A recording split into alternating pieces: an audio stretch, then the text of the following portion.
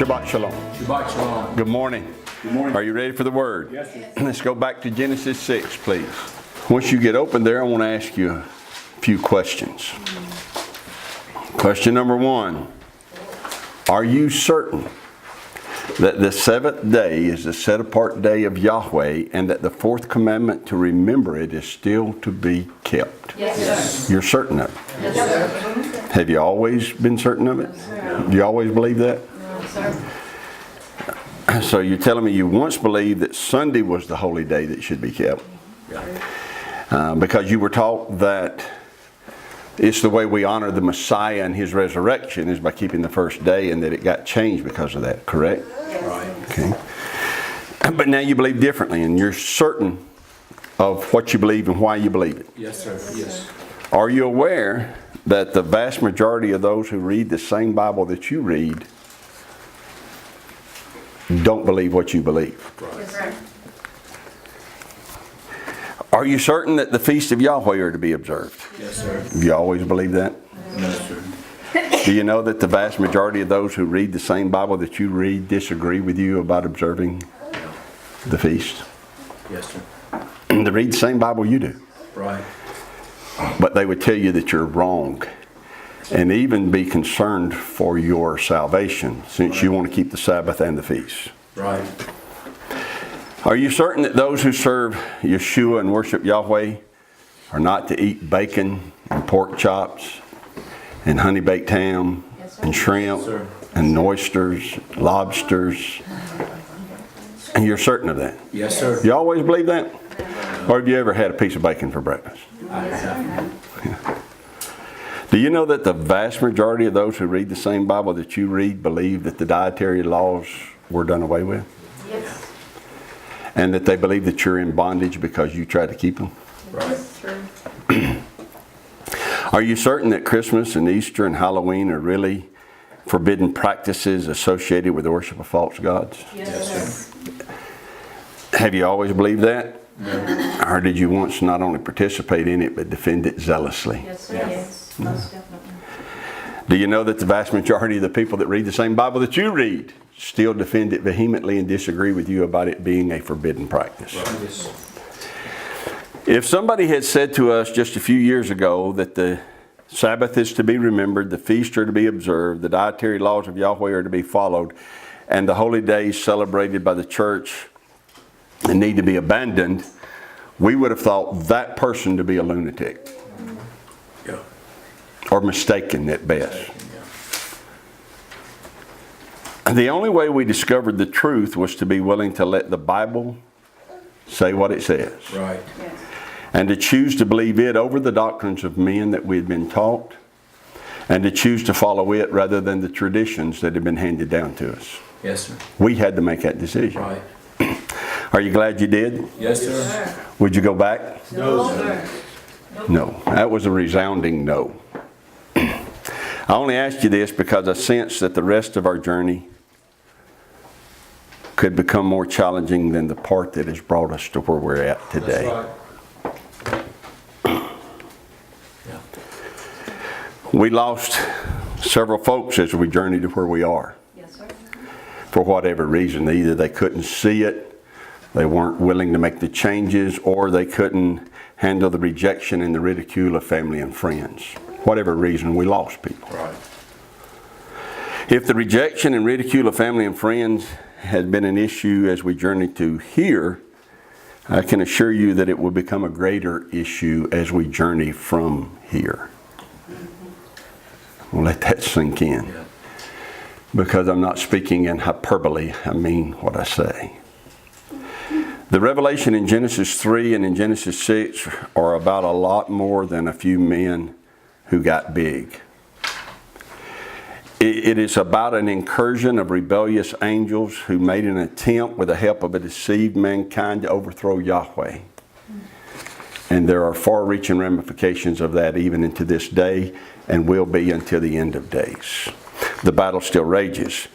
And in order to protect ourselves, to protect our children, and to protect our grandchildren, we have to be willing to see the things in the Bible that we have never seen up to now. Yeah. Just because we haven't seen them doesn't mean they're not there. Just because we hadn't seen the Sabbath didn't mean it wasn't there. It was there. We just didn't see it. Right. What it says about dietary laws was there the whole time. We just didn't see it. And there are things still in there that we haven't yet seen, and we got to be willing to see those things. Men aren't willing to see what it says about the Sabbath. Many aren't willing to see what it says about the feast. Many aren't willing to see what it said about clean and unclean. Many aren't willing to see what it says about abominable holidays, and that will never stop. Many will be unwilling to see what the Bible has to say about this cosmic war that Genesis 3 set in place and that will continue until the end of days. So, I want to make you two promises as we journey on from today. Number one, had Yahweh not led us to this study, I would not be discussing the things that we're going to be discussing in the weeks and months to come. I could not ignore it when he began to show me the truth about the Sabbath. I could not ignore it when he began to show me the truth about holidays. Could not ignore it when he began to show me the truth about the feast. Could not ignore it when he began to show me the truth about the dietary laws. And I cannot and will not ignore what he's going to be showing us in the weeks to come. Amen. So promise number one is I would not be discussing these things if he had not led us here. When he led us here, I thought there was a different purpose. I found out quickly that wasn't the purpose. I thought we was going to make a list of 613 laws. Quickly, I saw that that's not why he brought us to Genesis. So he brought us here. So promise number two is, though we may look at several other sources for some information, I promise you that our plumb line is always going to be Torah. Amen. Everything is measured for its accuracy and its value against Torah. Everybody know what I mean by a plumb line? Yes. Yeah. Torah has to be the plumb line by which you measure everything. Right. For its accuracy, for its usefulness. And so my second promise to you is that we will always go to Torah. When we're looking at any other source, we'll go to Torah and use it as the plumb line. When the children of Israel came out of Egypt, they complained a lot. Yeah. They complained on many occasions. And some of them fell in the wilderness because of their complaining. They complained when they came out, but they did not revolt until they reached Canaan. And when they reached Canaan, it wasn't just complaining anymore, it was an outright revolt. Not just against Moses, but against Yahweh. A total, complete, majority vote revolt against Yahweh. When they reached Canaan, 10 of the 12 spies that Moses sent in came back with a report so terrifying and so shocking that the people said they'd rather die right there than go any further. What was the report? Giants. There were giants in the land. Well, I say to you today that we've reached Genesis 6 and Moses is sharing with us a report about giants that inhabit the land. And we're going to need the heart and spirit of Joshua and Caleb to move forward in this journey. May it be so. May we have their courage. You're in Genesis 6. Yes. Look in verse 1. It came to pass when men began to multiply on the face of the earth, daughters were born unto them, that the sons of Yahweh saw the daughters of men. Let me go back and read that again. The sons of God saw the daughters of men, that they were fair, and they took them wives of all which they chose. And Yahweh said, My spirit shall not always strive with man, for that he also is flesh. Yet his days shall be 120 years. There were giants in the earth in those days, and also after that, when the sons of God came in unto the daughters of men, and they bare children to them, the same became mighty men, which were of old, men of renown. Verse 4, there were giants in the earth. Said it last week. Fee, fi, fo, fum. There were giants in the earth. And it's very important we talk about them. There's so much that we need to see, so much we need to understand. But we can only do that line upon line, precept upon precept, here a little and there a little. So this morning, the line upon line, the little by little that we're going to do is we're going to just simply this morning take a moment to look at the biblical evidence of giants. We can talk about the significance of their existence and the far-reaching effect of their existence as we move forward, but today we need to establish the biblical evidence of these creatures mentioned in Genesis chapter 6. We'll start with the most obvious, and then we'll move to some evidence that's not so obvious. Look in Genesis 6:4 again. This is the first mention. There were giants in the earth. The King James translates the Hebrew word Nephil as giant. Nephilim or Nephilim is the plural of that. So Nephil is translated in King James as giant. The Septuagint also translates it as giant. There are some who want to argue that this word Nephil refers simply to a tyrant, but the biblical evidence that it refers to a gigantic hybrid being is overwhelming. So we're going to look at that evidence. The sons of God married the daughters of men, and giants were born. These giants are hybrids. They're half angel, half man. They're half celestial, they're half terrestrial. Okay? They're a hybrid being. Let's go to another obvious passage. We just mentioned it, but let's read it. Numbers 13. And this is what it says in verse 1. Yahweh spake to Moses, saying, Send thou men that they may search the land of Canaan, which I give unto the children of Israel. Of every tribe of their fathers shall ye send a man, every one a ruler among them. It then lists 12 men from each tribe by name, and they receive instruction from Moses about what they're to do, and they're sent into the land of Canaan, and they spend 40 days there searching it out. So let's pick up in verse 21. So they went up, searched the land from the wilderness of Zin unto Rehob, as men come to Hamath. And they ascended by the south and came unto Hebron, mark that, where Ahiman, Shishai, and Talmai, the children of Anak, were. Now, Hebron was built 7 years before Zoan in Egypt. So this is our first clue pointing to the evidence of giants. We'll remark about it later. Verse 23. They came into the brook of Eshcol and cut down from thence a branch with one cluster of grapes. And they bare it between two upon a staff. And they brought of the pomegranates and of the figs. The place was called the brook Eshcol because of the cluster of grapes which the children of Israel cut down from there. Our second clue pointing to the evidence of giants. Don't read past it, let it sink in. What's the biggest cluster of grapes that you've ever seen? Yeah. You ever seen one so big that you had to put it on a stick so that two men could carry it? Perhaps we need to be imagining grapes the size of grapefruits and a cluster of them.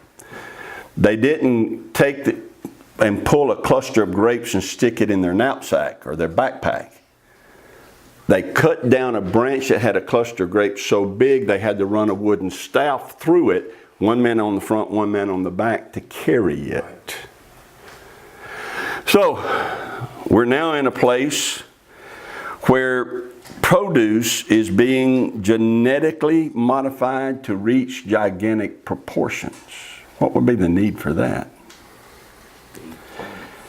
Verse 25.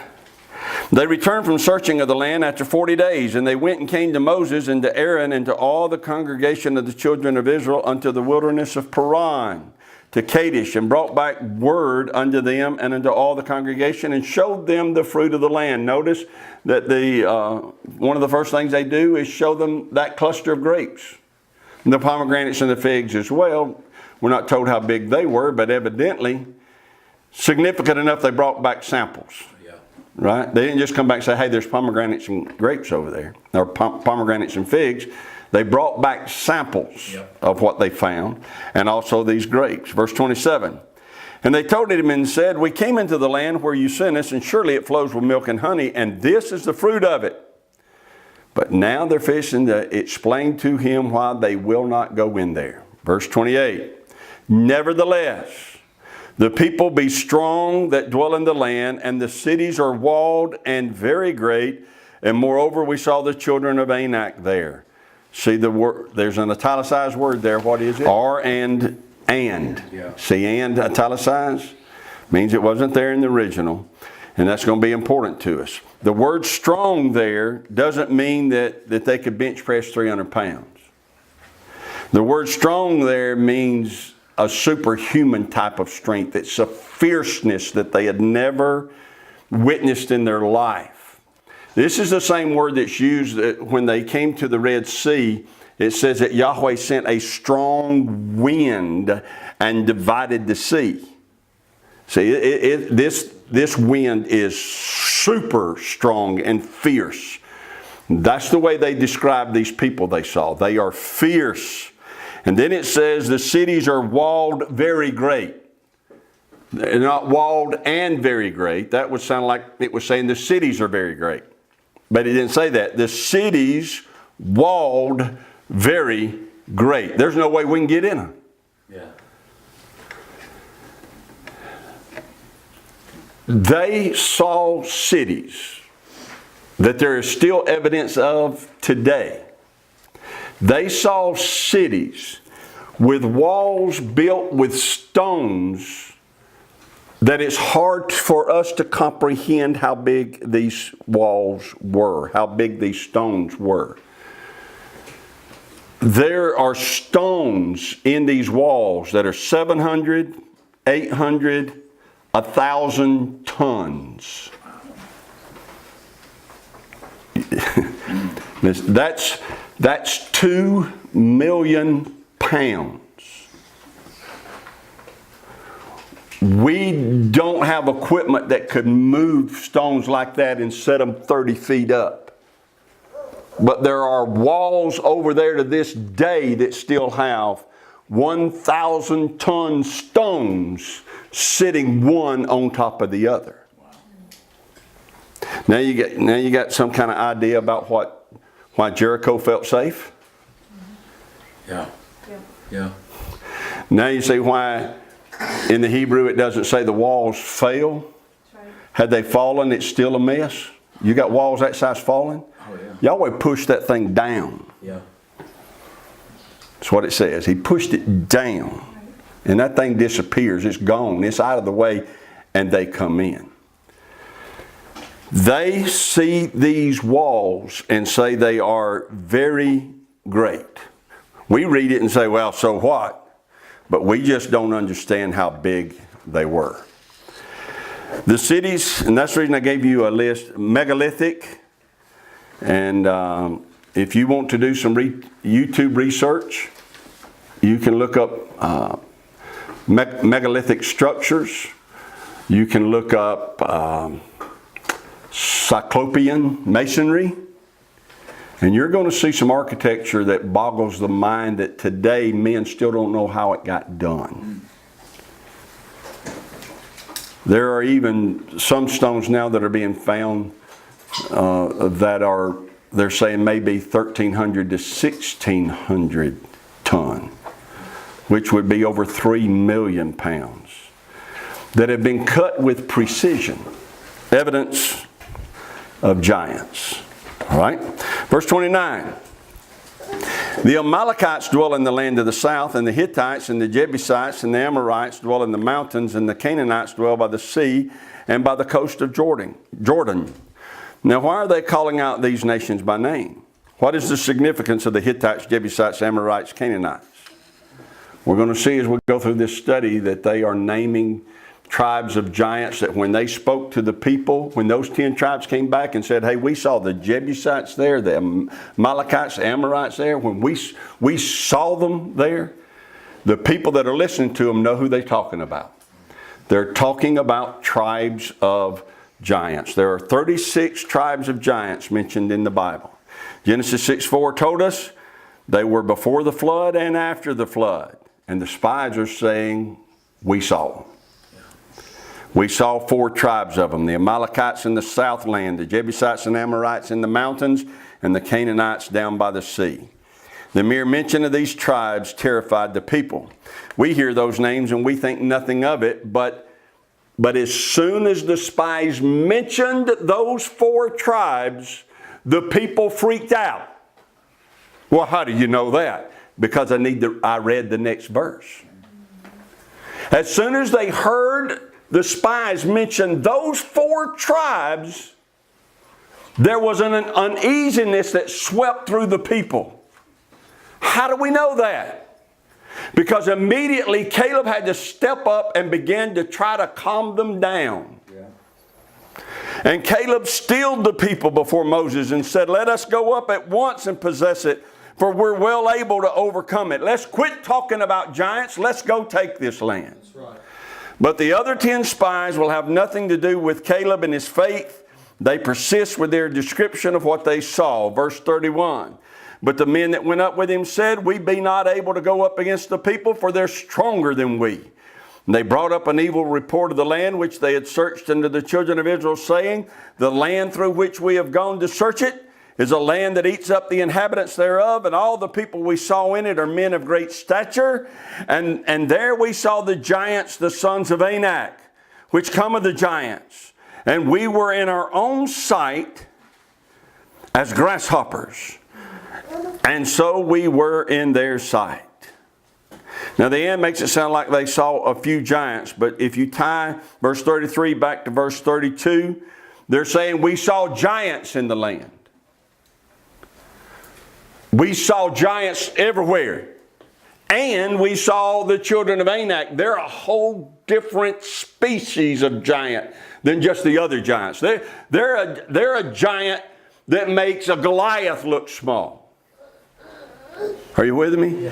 When he specifies the sons of Anak, when these spies specify the sons of Anak, they are really striking fear in the hearts of the children of Israel. We saw the sons of Anak. Anak considered to be the father of the giants after the flood. The word Anakim is a word that refers to a hybrid human who is massive in size. Now, you and I have been programmed that when we read this, we've been programmed to think that the children of Israel lacked faith and that they're lying or at least exaggerating. That's the way we were programmed. Especially if you came out of a word of faith. Yeah. You know, that they're exaggerating. And even in the denominational churches that we came up in, well, you know, they're exaggerating because they don't want to go do what Yahweh told them to do. But this isn't just a normal, let me back up and say this. They did lack faith, but they're not lying. They did lack faith, but they're not exaggerating. They saw what they saw.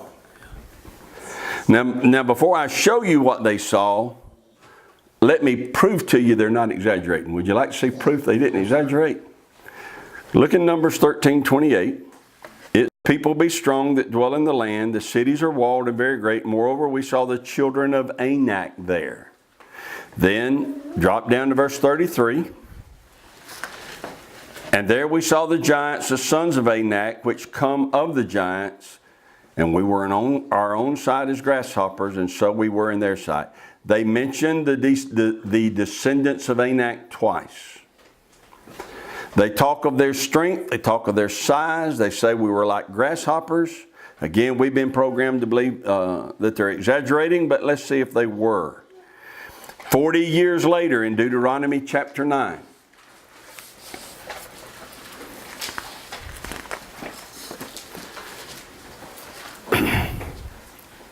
Verse 1, Hear, O Israel, you are to pass over Jordan this day. This is 40 years later. You are to pass over Jordan this day to go in to possess nations greater and mightier than yourself, cities great and fenced up to heaven. They're just like the 10 spies said they were. Yeah. The people are great, they're mightier, their cities are well protected. A people great and tall, the children of the Anakims, Anak, whom you knowest, and whom you've heard say, who can stand before the children of Anak? Understand therefore this day that Yahweh your Elohim is He which goes over before you as a consuming fire. He shall destroy them. And he shall bring them down before your face, so shall you drive them out and destroy them quickly, as Yahweh has said unto you. You'll drive them out and you will destroy them. It's going to take the power of Yahweh to do it. But wherever there's a need for Yahweh, need of a man. Yahweh is going to work with them because these people are big and strong. How big and how strong? Go to Amos and he'll tell us. Go to Amos 2.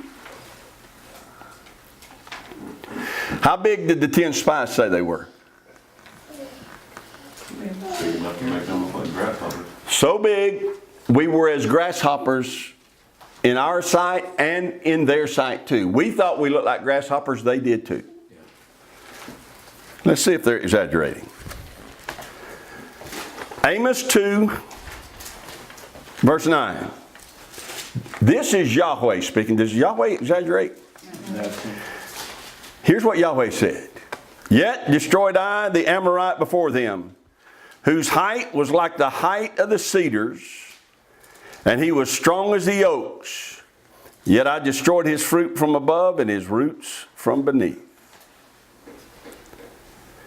And remember, the Amorites were mentioned in verse 28 of Numbers 13. Their height was like the height of cedars. Now, the cedars of Lebanon are mentioned quite often in the Bible. The cedars of Lebanon grow to be 40 to 50 feet tall. Now, sit and try to imagine a being that's 40 feet tall. Now, sit and try to imagine a being that's 40 feet tall. Help you with that, I'm going to give you a picture. If they were as tall as cedars, let me rephrase that. Since Yahweh said they were as tall as cedars and as strong as oaks, it's not an exaggeration to say we were as grasshoppers. Right. You got a 6-foot man over to the left. Look how small he looks compared to a Goliath size or an Og of Bashan size giant. But over to the right is a 36 foot tall, which would be the minimum height of a cedar. Well, he barely comes up to mid-shin on him, right?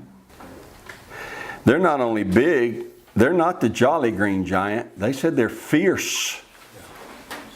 They're bad. They're mean. Yeah. Make no mistake about it. There's never an excuse to not obey Yahweh. But we've been critical of their lack of faith without any knowledge of what they faced. Knowing not, or excuse me, let me say it this way. Knowing now what they faced, I'm not suggesting that we excuse their lack of faith. I would suggest that we get a new revelation of how important obedience is. Yes. In light of the fact they saw a land infested with people who were as tall as cedars, and Yahweh told them to go in and possess it, and they were punished for not obeying, that should awaken us to the realization that Yahweh is not tolerant of disobedience no matter what the circumstance is. Right. Yeah. He said, go possess it. They said, yeah, but there's people over there 40 feet tall with walls made out of 1,000-ton blocks. That wasn't accepted as an excuse. He told them what to do and they said no. And as a result of their saying no, they all died.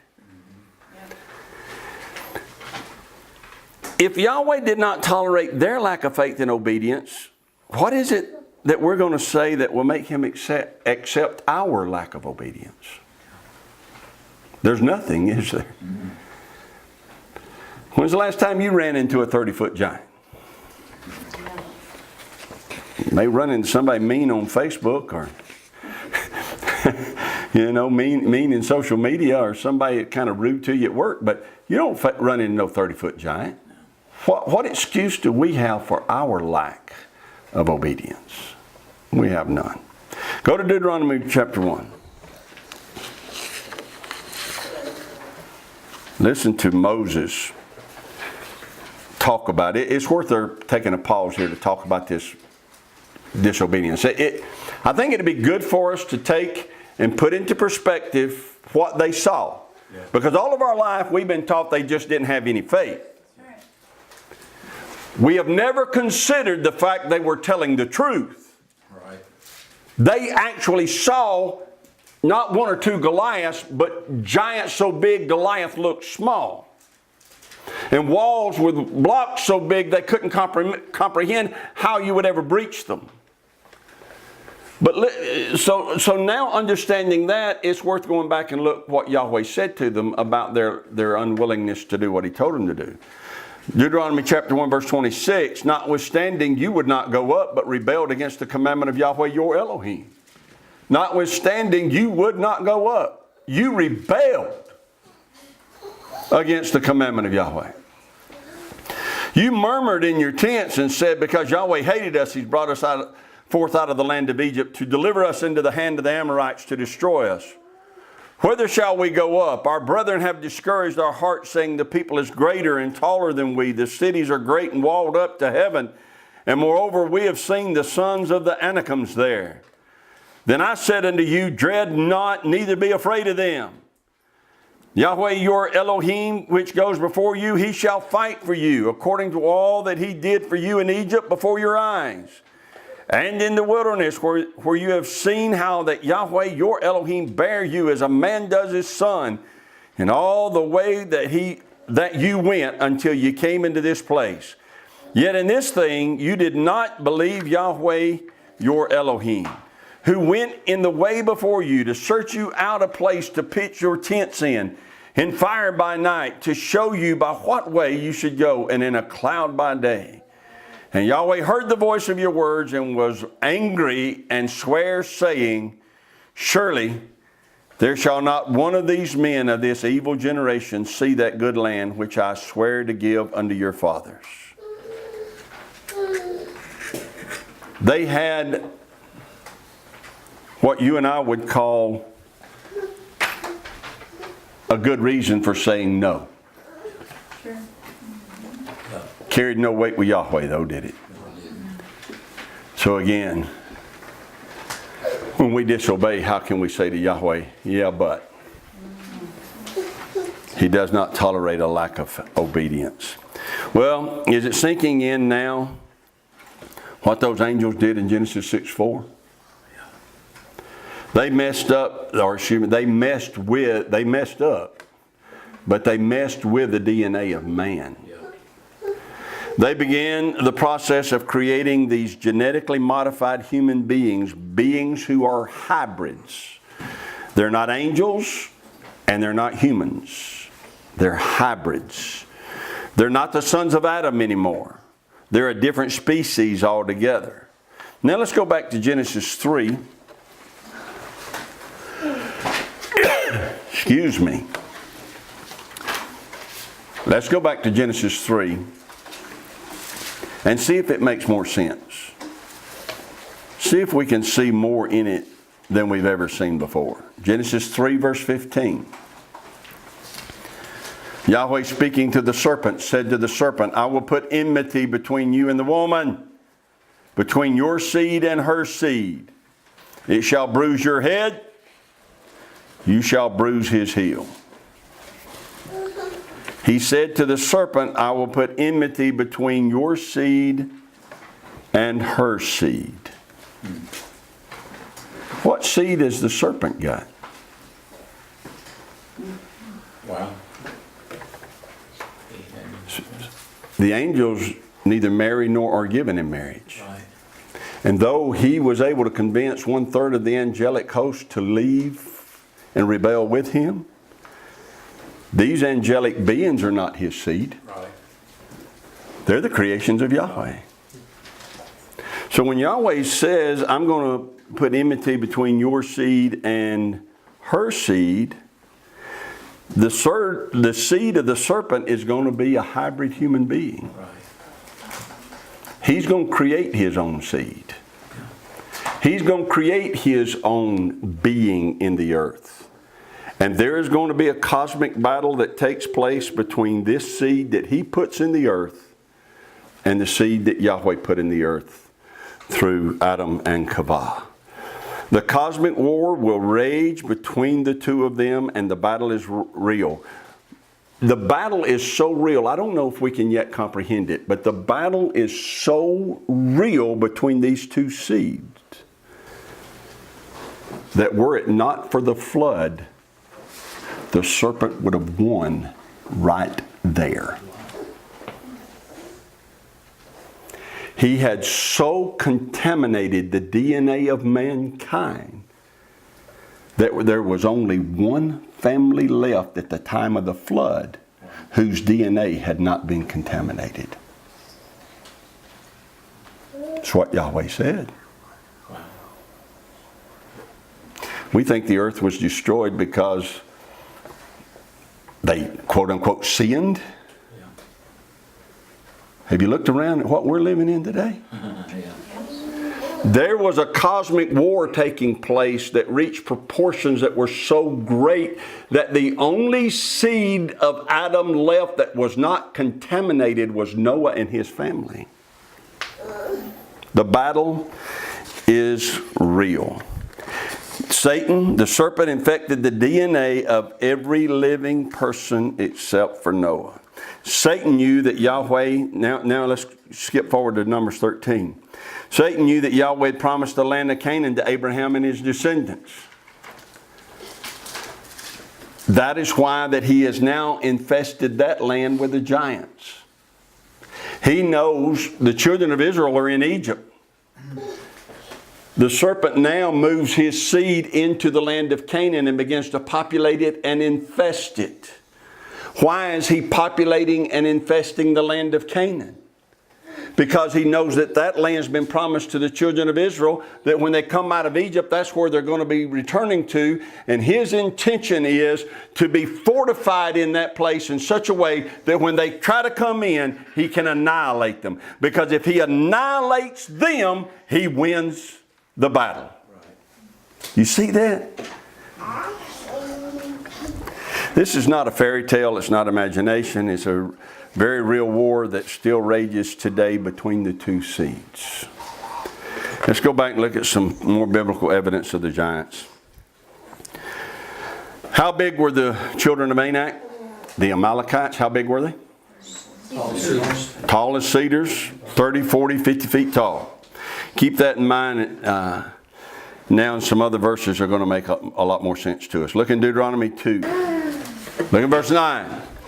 Yahweh said unto me, distress not the Moabites, neither contend with them in battle, for I will not give thee of their land for a possession, because I have given Ar unto the children of Lot for a possession. The Emims dwelt there in times past, a people great and many and tall as the Anakims, which also were accounted giants as the Anakims, but the Moabites called them Imams. So here is another reference to 30, 40, 50 feet tall beings that were many and mighty, that dwelt in the land that Lot eventually took possession of. Deuteronomy 2 verse 17. Yahweh spake unto me, saying, you are to pass over through Ar, the coast of Moab, this day. And when you come nigh over against the children of Ammon, distress them not, nor meddle with them. For I will not give you of the land of the children of Ammon any possession, because I've given it unto the children of Lot for possession. Now watch Moses make a side note that we have overlooked. Verse 20. That also was accounted a land of giants. Giants dwelt therein in old time, and the Ammonites called them Zamzumims. A people great and many and tall as the Anakims. But Yahweh destroyed them before them, and they succeeded them and dwelt in their land. I think sometimes we've had it in our mindset that there was Goliath, his 5 brothers, maybe 3 or 4 other giants. This land was infested with 30, 40, 50 feet tall beings, as tall as the Anakims. Verse 22. As he did to the children of Esau, which dwell in Seir, when he destroyed the Horims from before them, and they succeeded them and dwelt in their stead even unto this day. And the Avims, which dwell in Hazarim, even unto Azza, the Caphtorims, which came forth out of Caphtor, destroyed them and dwelt in their stead. So he's mentioning, other giants here. Maybe not as tall as the Anakim, maybe not as tall as the Amorites, but he mentions here two other tribes of giants, the Avims and the Caphtorims. Look in Deuteronomy 3. For only Og, king of Bashan, remained of the remnants of giants. Behold, his bedstead was a bedstead of iron. Is it not in Raboth of the children of Ammon? 9 cubits was the length thereof, and 4 cubits the breadth of it, after the cubit of a man. So his bed is somewhere around 15 to 16 feet long, 5 to 6 feet wide. Why? Because he needed a bed that big. And it had to be built out of iron to keep from collapsing. Now, pay attention to the phrase, Og, the king of Bashan, remained of the remnant of giants. I think we've read that before, or it has been read before, and people think, well, he was one of the last of the giants that was alive, and that's not what it says. What it actually says is he was a remnant of the Rephaim, a particular breed of giant, the Rephaim. The word translated giant there is not Nephil. He's not the last of the Nephilim, but he was a remnant of the Rephaim. And as I understand it, I still got a lot of work to do on this, a lot of research to do on this myself, but as I understand it, the Rephaim is a reference to the walking dead. It's some kind of really weird hybrid that was made to come alive. Go to Joshua 11. Allow me to research that further. For now, we simply say the Rephaim were a mean giant. And Og was their king, and he was one of the remnants left of that particular species of giant. Joshua 11. And at that time came Joshua and cut off the Anakims from the mountains, from Hebron, from Debir, and from Manab, and from all the mountains of Judah, and from all the mountains of Israel. Joshua destroyed them utterly with their cities. There were none of the Anakims left in the land of the children of Israel. Only in Gaza, in Gath, and in Ashdod there remained. So when Joshua finally did, 40 years later, lead men into the land of Canaan, he destroyed the descendants of the Anakims. He destroyed them all except for, there were still some in Gaza, Gath, and Ashdod. Verse 23. So Joshua, keep that in mind, Gaza, Gath, and Ashdod. Verse 23. So Joshua took the whole land according to all that Yahweh said unto Moses, and Joshua gave it for an inheritance unto Israel according to their divisions by the tribes, and the land rested from war. Now, go to 1 Samuel chapter 5.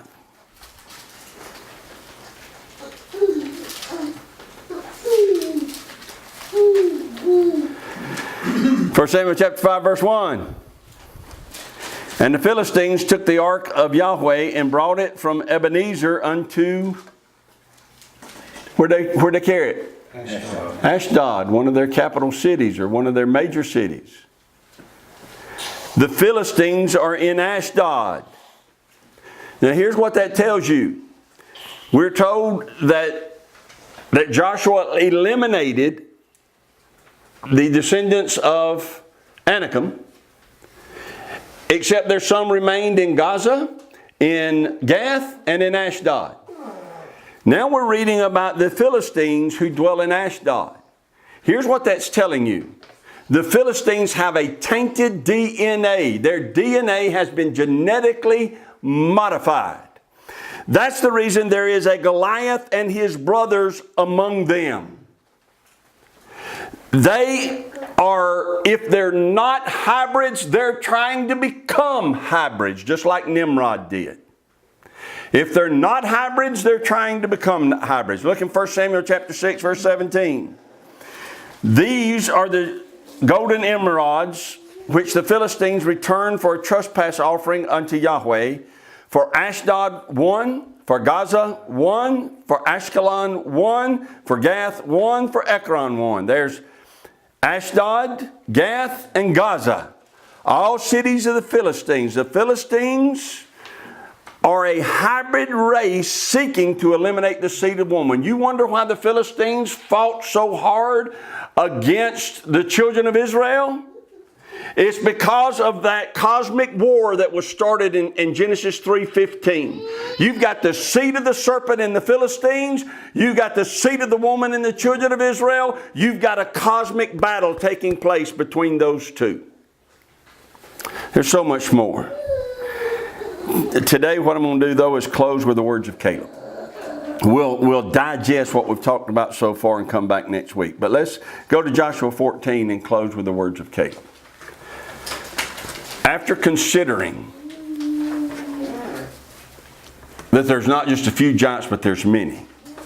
After considering that there's not sparsely scattered through the land of Canaan, but that the land of Canaan is infested with them.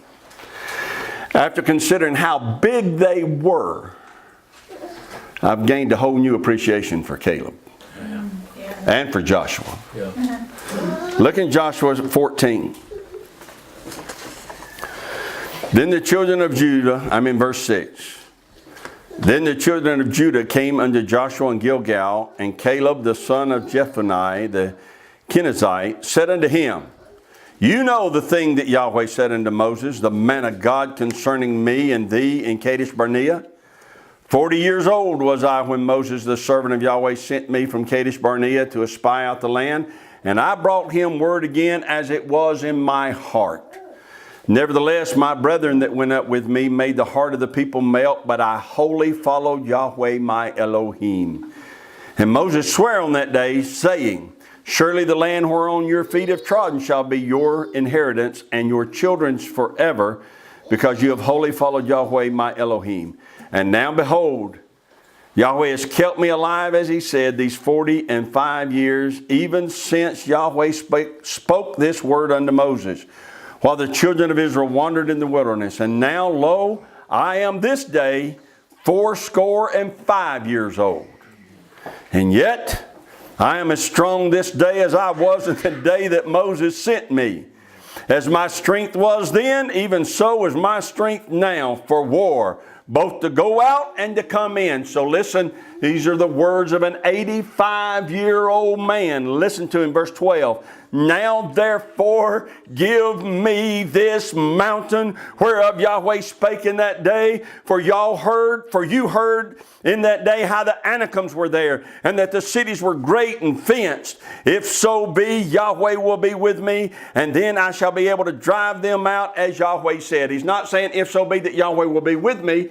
He said, you heard how the Anakim have infested that mountain. If that's so, not a problem. Yahweh will be with me. He'll help me drive them out of there. Just give me that mountain. And Joshua blessed him, and he gave unto Caleb the son of Jephunneh Hebron for an inheritance. He gave him Hebron for an inheritance. The mountain that Caleb was calling for was Mount Hebron. He said to Joshua, give me that mountain. That's the mountain I want you. Let me have that for an inheritance. Yeah, I've heard that the sons of the Anakims are there. Not a problem. If that's so, Yahweh will help me. Just give me the land. And Joshua said, big boy, you want it? It's all yours. Go get it. What do you know about Hebron? That's what that spawn came. When the angels rebelled, and there were 200 of them that got together and came up with this evil plan to destroy the DNA of man so that there wouldn't be a seed of a woman to be born to redeem mankind, to thwart the plan of God for the redemption of mankind. When these 200 angels met, and they came up with this plan of taking women and having children by them and infecting and diseasing the DNA of man. They came up with that plan on Mount Hebron. It was from Mount Hebron that they began to work this diabolical thing that they were going to do. It is in Mount Hebron that these experiments take place. It is at Mount Hebron that these giants first begin to be born. And we're talking at that time of giants far bigger than 40 feet. But it's at Mount Hebron, the very starting place. The children of Israel heard these stories all their life. Caleb said, I don't care. Mount Hebron to this day is considered to be the gate of hell, the entrance to hell. Caleb said, give it to me. Yahweh will be with me and I will go take it. Understand, we're not talking about just big men. We're talking about hybrid, freaky looking creatures, tall as cedars, strong as oaks. And Caleb said, let me have them. He did his part.